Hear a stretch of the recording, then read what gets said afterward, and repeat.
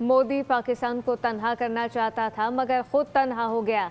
BBC के मुताबिक भारत ने पाकिस्तान की सालिसी को नज़रअंदाज करके खुद को सिफारती तौर पर कमज़ोर किया। आलमी बहरान में पाकिस्तान फाल जबकि बाहर आता गैर मौसर किरदार अदा करता दिखाई देता है। पाकिस्तान ने अमेरिका, ईरान, चीन का एतमाद हासिल कर लिया। बीबीसी के मुताबिक भारत ने जंगबंदी का खैर मकदम किया मगर पाकिस्तान का नाम ना लिया। तफसीलात क्या है, सलमान अवान से जानते हैं। जी सलमान।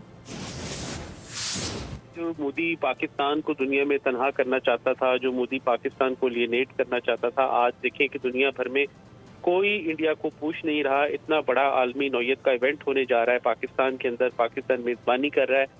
पाकिस्तान एक पीस मेकर के तौर पर सामने आया है, लेकिन भारत जो है दर हकीकत वो बिल्कुल सिफारती तौर पर मजीद तनहा हो गया। और इस हवाले से बीबीसी की रिपोर्ट की हम बात कर रहे हैं, उसमें कहा गया कि पाकिस्तान ने एक फाल मौसर किरदार अदा किया, जबकि भारत ने अपने आप को इतना सारा वेट इसराइल के पलड़े में डाला और वो तवाज़ुन जो है बरकरार नहीं रख सके।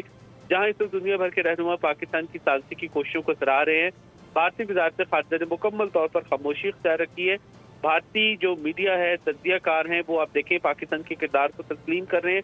और इवन मोदी मीडिया पर जिस तरह से सफ़े मातम बिछी हुई है, वो भी पाकिस्तान के किरदार को तस्लीम करने के मुतरादिफ है। भारत की अपोजिशन जमातें, सहाफ़ी, बल्कि संजीदा जो जर्नलिस्ट हल्के हैं, वो उसके साथ साथ तज्जियाकार पाकिस्तान के सिफारती किरदार की तारीफ कर रहे हैं। जबकि मोदी जी की जो सो कॉल्ड डिप्लोमेसी है या उनका विश्व गुरु होने का एक लबादा था, वो मुकम्मल तौर पर तार तार हो चुका है। जी सलमान अवान अपडेट कर रहे थे, आपका शुक्रिया।